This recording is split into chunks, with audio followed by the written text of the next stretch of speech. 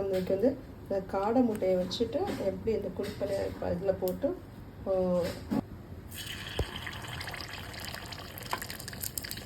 இதே மாதிரி எல்லா முட்டையும் போட்டுக்கலாம். எல்லா எக்கு மேலேயும் கொஞ்சமாக மிளகுத்தூள் போட்டுக்கோங்க. அதுக்கு மேலேயும் லைட்டாக உப்பு,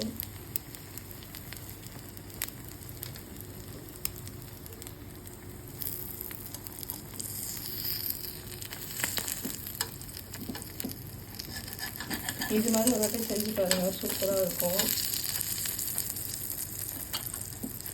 குழந்தைங்களுக்கு கொடுத்தா குழந்தைங்களும் ஆசையாக சாப்பிடுவாங்க.